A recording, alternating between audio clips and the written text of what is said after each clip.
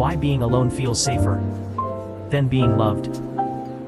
What if the reason you keep choosing solitude is not because you love being alone?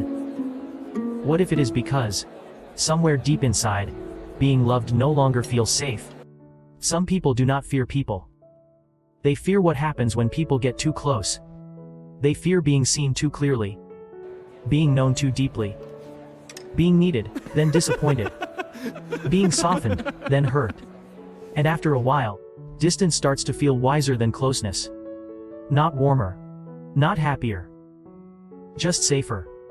Welcome to Blissful Journey.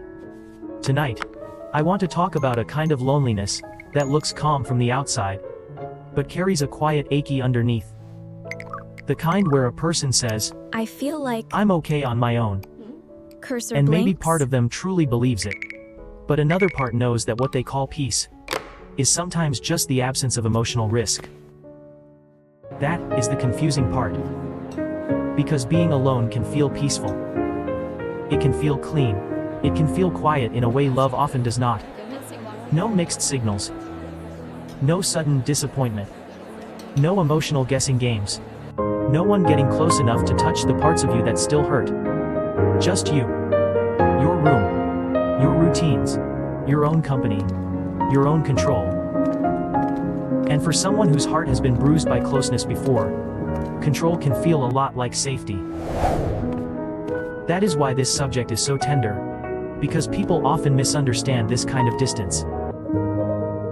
They call it emotional unavailability. They call it coldness. They call it commitment issues. They call it being difficult to love. But often, the truth is sadder than that. Often, the truth is that the person does want love. Very deeply. They just no longer trust what comes with it. Because once closeness has hurt you, love stops feeling simple. It starts feeling expensive. It starts feeling like something beautiful that might suddenly turn sharp in your hands. And that changes the way a person responds to affection.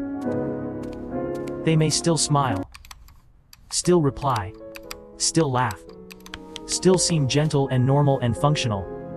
But when someone starts getting too close, something shifts. Their body tightens. Their thoughts get louder. Their warmth becomes more careful. I feel like Their responses become slower. I feel Their heart begins to prepare for something No. painful, even if nothing painful has happened yet. This is why some of the loneliest people are not the ones with no chance of being loved. They are the ones who have stood close to love and still could not relax inside it. They are the ones who wanted to stay, but kept bracing for impact. And that pattern usually has a history. People do not become afraid of closeness for no reason. Sometimes it begins in obvious pain. A betrayal. A heartbreak. A person who made promises they could not carry. A relationship that asked for softness, then punished it. But sometimes it begins more quietly than that. Sometimes it begins in childhood. Or in small repeated moments that did not look dramatic from the outside. Trying to explain how you felt, and not being understood. Reaching for comfort, and being dismissed. Needing reassurance, and feeling ashamed for needing it. Opening up and realizing the other person could not hold what you revealed. Those moments leave marks. And the hardest part is I that the don't know marks if I are can not do always this. visible. Just take a deep breath. They do not always turn a person bitter. Sometimes they this, turn a just person try. careful. Very careful. Careful I know with it's trust. hard. Careful I know with it's hope. hard. Careful We with are here attachment. for you. Careful with how much of themselves they reveal. From the outside, that can look like maturity. Like independence. Like emotional control. But on the inside, it is often a survival response. A quiet I one. feel the same way too. A polished one.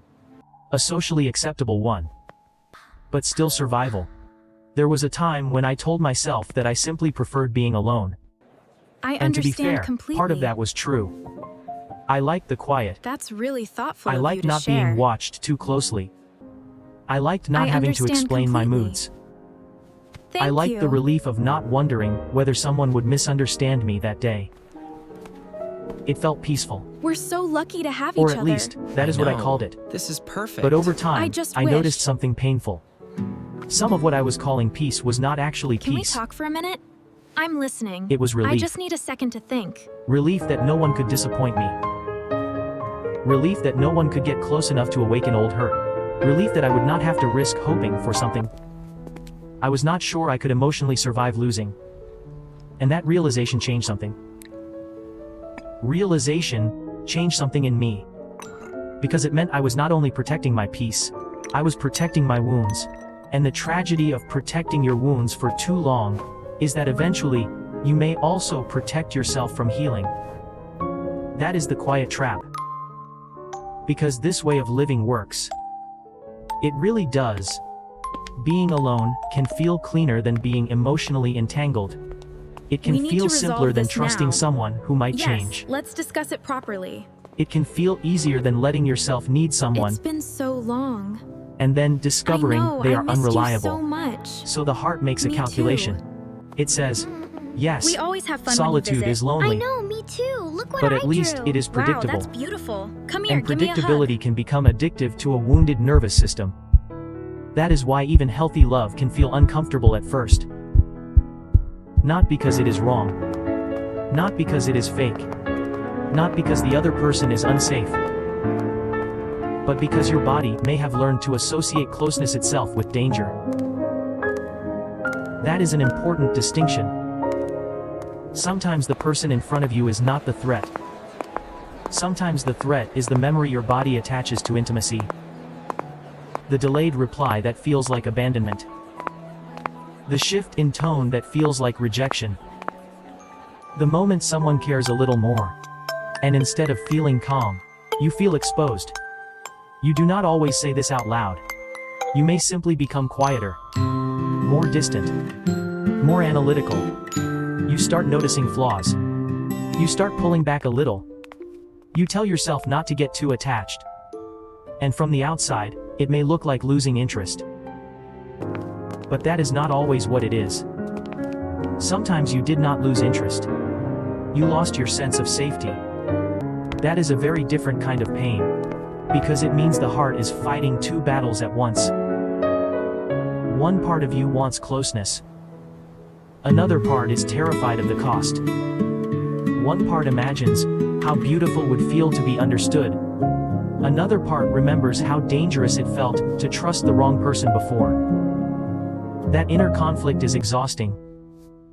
It can make a person seem confusing, even to themselves. They miss love when it is absent, but feel overwhelmed when it is present. They long to be known, but hide the very parts that most need tenderness. They want someone to stay, but begin withdrawing the moment staying starts to feel possible. That contradiction is painful, and it often creates shame. A person starts You need wondering to what is see wrong this with now. them. Why can't I just relax? Why do I pull away when all I ever wanted was closeness? Why does being cared for sometimes make me more anxious, not less? The answer is rarely simple, but it is often deeply human. Because the heart does not only remember what felt good, it remembers what hurt. And once love has hurt you deeply enough, being loved can begin to feel like standing too close to a fire you were once burned by. Even if this fire is different, your body may not know that yet. That is why solitude can feel so emotionally efficient. It asks less from you. No vulnerability. No waiting. No reading between lines. No wondering if someone will stay the same tomorrow. There is a sad kind of comfort in that. A quiet kind of control. But this is where things become important. Because there is a difference between Hey, real peace there. and protected loneliness.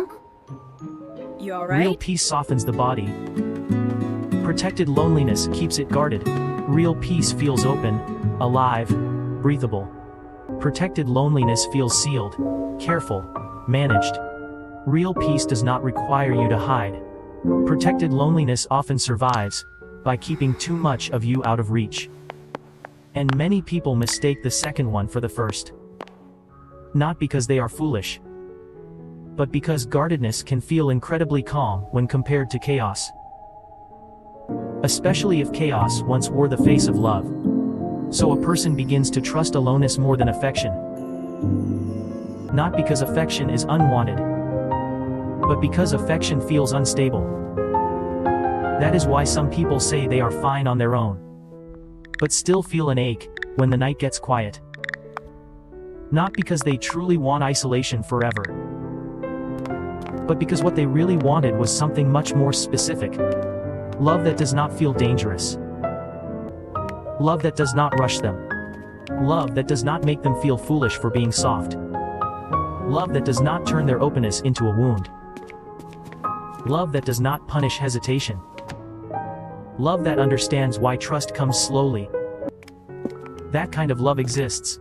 But for someone with an injured inner world, it may not feel safe right away. And this is where healing becomes very delicate. Because healing is not forcing yourself to become open overnight.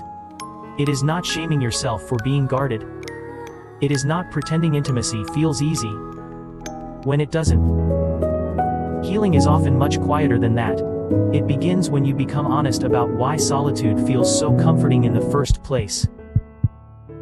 It begins when you notice that what you call preference may sometimes be fear wearing a gentler name. It begins when you stop judging yourself for that fear and start listening to it with more compassion. Because fear always believes it is protecting something precious. And in your case, maybe it is. Maybe it is protecting a heart that knows exactly how much it hurts to trust too quickly. Maybe it is protecting the younger version of you that once opened up and got met with silence, confusion, rejection, or carelessness. Maybe it is protecting the part of you that still has not fully recovered from what closeness once cost. That deserves tenderness. But it also deserves truth. Because while solitude may protect you from heartbreak, it may also keep you far away from the new experiences your heart actually needs. A love that is steady. A love that is patient. A love that does not force itself past your defenses. A love that allows you to be slow.